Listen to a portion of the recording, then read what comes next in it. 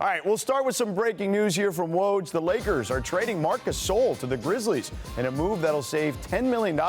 And according to Woj, the Grizzlies are expected to waive Gasol so he can just stay in Spain. So, Windy, what's your reaction to all this?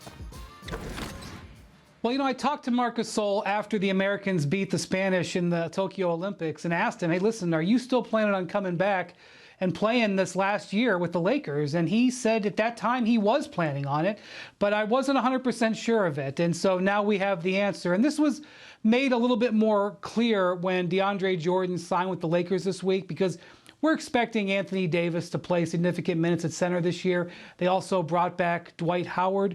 And so the Lakers just had 4 centers on their roster and it just didn't make sense. And if Gasol indeed wanted to maybe play in Spain and finish his NBA career, this way he can get his money and it not be an issue. I have to say, though, it is remarkable the amount of business that the Lakers do with the Grizzlies. Not only trading for Pau Gasol back in the day, but they've had 4 players that the Grizzlies have released in the last few years, then signed with the Lakers, including this year. The Grizzlies are paying Rajon Rondo's salary while the Lakers are paying less of it. And now here they have this trade, which they did send him a second-round draft pick and some cash to cover some of his salary. But this gives them a roster spot and saves them about $10 million in luxury tax. So Lakers fans should really like the Grizzlies. They're helping them out all over the place. Yeah. I mean, they have now 2 open roster spots. And as you mentioned, Brian, like the DeAndre Jordan move makes a little more sense now. And as Woj, pointed out, this move means most likely that we're going to be summing up Marc Gasol's career in the NBA. And if that's the case, it was a hell of a career. He played a beautiful style of basketball. His defense at his peak was elite. I know last year came like a lot of frustrations for him, but I guess it comes full circle for him to be traded from the Lakers to Memphis, and feels right that he retires as a Grizzly.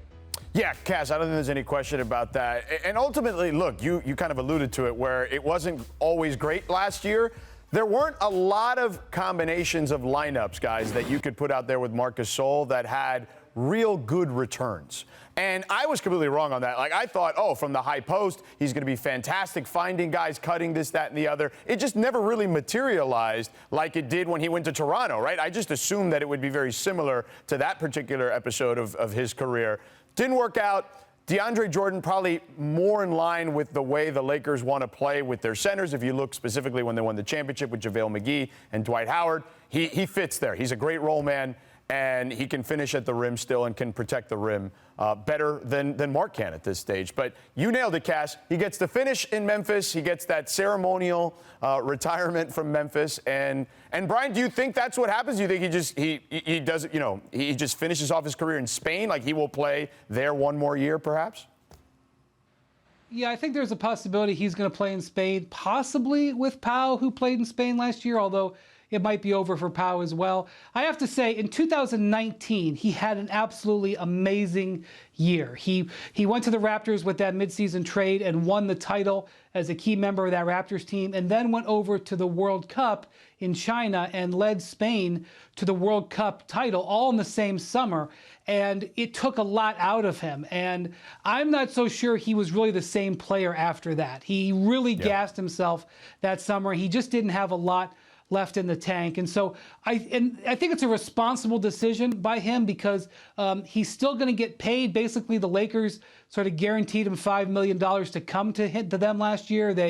He had other options, and so this is sort of them paying off the back end of it. So he'll get a last paycheck, which will have Grizzlies written on it. And but I do still think he's still got some run with the Spanish national team, but in that last game, he didn't even score. Against the Americans in their biggest game, he didn't even score. So you could tell that his time as a significant player came to an end, but he was one of the great defensive centers of that era. He won Defensive Player of the Year, was an all-star, obviously a terrific career, and leaves with a World Cup gold medal and an NBA ring. What else can you ask for? Yeah, one of the great careers. One thing. Yeah. George, one thing, and maybe Schwartzy can look this up for us.